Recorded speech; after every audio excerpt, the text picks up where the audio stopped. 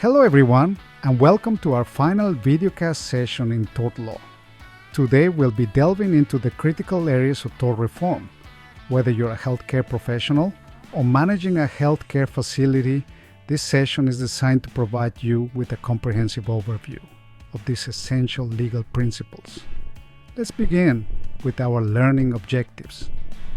By the end of this chapter, you will be able to discuss the ways in which a provider can practice defensive medicine.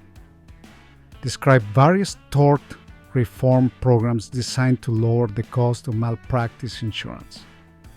Describe various programs that can help reduce the number of malpractice claims.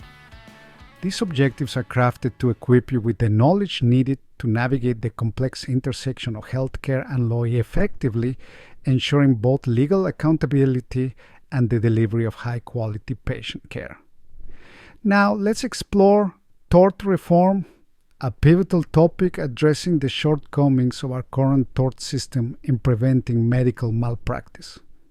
Despite the tort system's intent to deter malpractice through damage awards, it has proven inadequate. Exorbitant jury awards and skyrocketing malpractice insurance premiums continue to burden the healthcare industry, costing billions annually. Dr. Greg Roslund aptly captures the sentiment in the Emergency Physicians Monthly, stating, "Do you think our medical liability system has been broken for a while? If so, you're not alone." And now, with the recent enactment of the Affordable Care Act, our resources are more limited, our decisions more scrutinized, and we're going to have to do more with less. With changes in the political arena, it is unclear how these alterations will affect malpractice premiums and physician income. The repercussions of this flawed system are profound. Many physicians, especially in high-risk specialties like obstetrics and gynecology, have altered or even closed their practices to mitigate malpractice risks. This has led to a scarcity of essential medical services for patients. Additionally, the rise of defensive medicine, where doctors overprescribe tests or avoid risky procedures to shield themselves from litigation, has become rampant. While defensive medicine offers a legal safeguard, it also undermines the quality and accessibility of patient care. In response to these challenges, states have implemented various tort reform programs aimed at reducing the economic impact of malpractice awards on the healthcare system. These reforms include limiting malpractice awards, caps on non-economic damages to control insurance premiums, encouraging out-of-court settlements, streamlining dispute resolution, and reducing litigation costs. Implementing caps on damages, preventing exorbitant jury awards to make malpractice insurance more affordable. Organizations like the Medical Malpractice Center provide valuable resources and state-specific information on these reforms, helping stakeholders navigate the evolving legal landscape. In summary, understanding tort reform is essential for both legal professionals and healthcare providers. It not only aims to alleviate the financial strain on the healthcare system, but also seeks to enhance the quality of patient care by addressing the root causes of medical malpractice claims. Thank you for joining this final session. Physician practice, defensive medicine. Defensive medicine refers to the practice whereby physicians alter their clinical decisions, primarily to protect themselves from potential malpractice claims rather than to benefit the patient. This phenomenon manifests in two primary forms: undertreatment and overtreatment. Undertreatment occurs when physicians avoid high-risk tests and procedures that could potentially lead to adverse outcomes and subsequent litigation. By steering clear of these interventions, doctors aim to minimize their exposure to malpractice suits, even if such avoidance compromises patient care. Conversely, overtreatment involves the excessive use of diagnostic tests and procedures. Physicians may order numerous unnecessary tests to document thoroughness and deter potential lawsuits, thereby increasing healthcare costs without corresponding improvements in patient outcomes. This overutilization not only inflates medical expenses, but can also expose patients to unwarranted risks and interventions.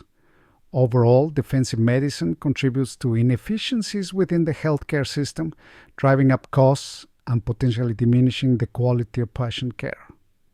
Addressing this issue requires reforms in the malpractice litigation process and the implementation of strategies that balance legal protections with optimal medical practice. Tort reform schemes are legislative and policy measures designed to address perceived inefficiencies and excesses within the tort litigation system, particularly in medical malpractice cases. Key reform initiatives include mediation and arbitration. These alternative dispute resolution methods facilitate quicker, cost-effective settlements outside traditional court settings, reducing litigation burdens on both plaintiffs and defendants.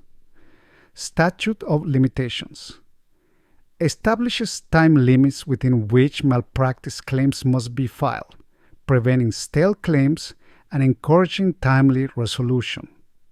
Structured awards implements guidelines for damage awards to ensure consistency and prevent exorbitant jury verdicts, thereby controlling malpractice insurance costs. Medical malpractice screening panels pre-screen claims to filter out frivolous lawsuits, ensuring only legitimate cases proceed to trial. Collateral source rule limits plaintiffs' ability to recover damages from multiple sources, preventing double recovery. Contingency fee limitations caps the percentage lawyers can earn from settlements, discouraging excessive legal fees. Countersuits for frivolous claims allows defendants to file counterclaims against plaintiffs who pursue baseless lawsuits, deterring frivolous litigation. Joint and several liability modifies the extent to which each defendant is individually responsible for the entire judgment, promoting fair distribution of liability. Malpractice caps sets maximum limits on non-economic damages, curbing excessive compensation awards. No-fault system separates compensation from negligence, allowing patients to receive damages without proving provider fault, thereby reducing litigation costs and fostering a more predictable legal environment. Countersuits for frivolous claims, allowing defendants to file counterclaims against plaintiffs who pursue baseless lawsuits, deterring frivolous litigation and discouraging misuse of the legal system. Joint and several liability, adjusting how multiple defendants are held responsible for a single judgment, ensuring fair distribution of liability and preventing any one party from bearing disproportionate blame. Malpractice caps, setting maximum limits on non-economic damages such as pain and suffering, to control excessive compensation awards and reduce malpractice insurance premiums. No-fault system, providing compensation to patients without requiring proof of provider negligence, thereby reducing litigation costs and fostering a more predictable legal environment. Regulation of insurance practices, implementing standards for malpractice insurers to ensure fair pricing, coverage, and claims handling, enhancing the stability of insurance markets. Statutes of limitations, establishing time limits for filing malpractice claims, preventing stale lawsuits, and encouraging timely dispute resolution. Reducing the risks of malpractice. Risk management, identifying and mitigating potential sources of malpractice through proactive strategies. Performance improvement, enhancing clinical practices to prevent errors and improve patient outcomes. Continuous quality improvement, CQI, ongoing efforts to refine healthcare processes and standards, peer review, systematic evaluation of medical practices by colleagues to ensure quality and accountability. These reforms collectively seek to balance the protection of patient rights with the need to maintain a sustainable and efficient healthcare system, promoting both legal fairness and high standards of medical care. Collaboration tort reform emphasizes the importance of involving all health professionals in the tort reform process to create effective and sustainable solutions. A concerted effort to include physicians, nurses, administrators, and other healthcare staff ensures that reforms address the multifaceted challenges within the healthcare system. The current punitive approach, which indiscriminately penalizes the majority for the shortcomings of a few, has proven to be both costly and ineffective. Instead of fostering improvement, it breeds alienation and resentment among healthcare providers. The key to enhancing quality and controlling costs lies in cooperation rather than punishment. Collaborative reform initiatives promote mutual understanding and shared responsibility, encouraging healthcare professionals to engage proactively in risk management and quality improvement efforts.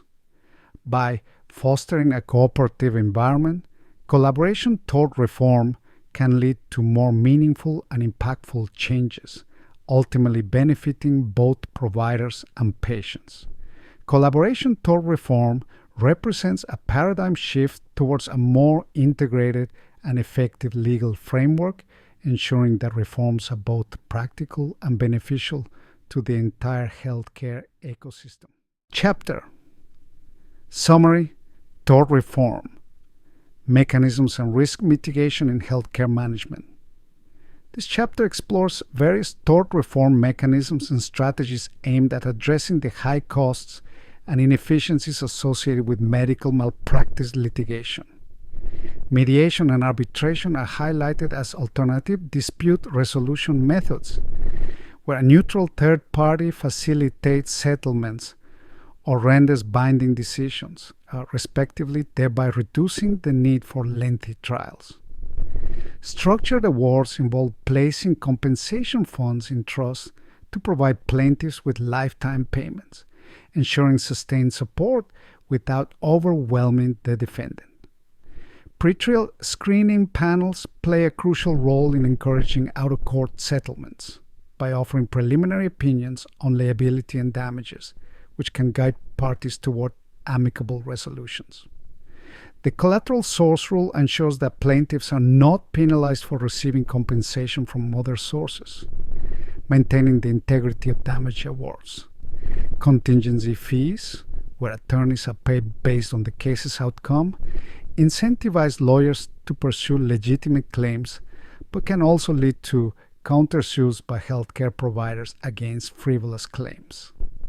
Joint and several liability holds each party responsible for the entire judgment, promoting fairness in cases involving multiple defendants. To curb escalating malpractice costs, many states have introduced malpractice caps, limiting the amount that can be awarded for damages. No-fault systems offer a promising alternative by providing equitable compensation without the need to prove negligence, leading to faster and less costly resolutions.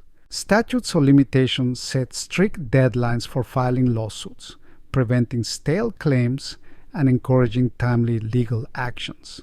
Additionally, reducing malpractice risks is achievable through best practices, risk management, performance improvement activities, and peer review, which collectively enhance the quality of care and minimize the likelihood of errors. In conclusion, effective tort reform requires a multifaceted approach that includes alternative dispute resolutions, structured compensation systems, and legislative measures such as malpractice caps, and no-fault systems. Equally important is the proactive reduction of malpractice risk through continuous quality improvement and risk management practices. Collaboration among healthcare professionals, policymakers, and legal experts is essential to create a balanced system that protects both patients and providers. Thank you for participating in this lecture series. To deepen your understanding, please read the corresponding chapters in your textbook, which provide comprehensive insights and further elaboration on these critical topics. Stay informed, stay proactive, and continue to uphold the highest standards of legal and ethical conduct in your professional endeavors.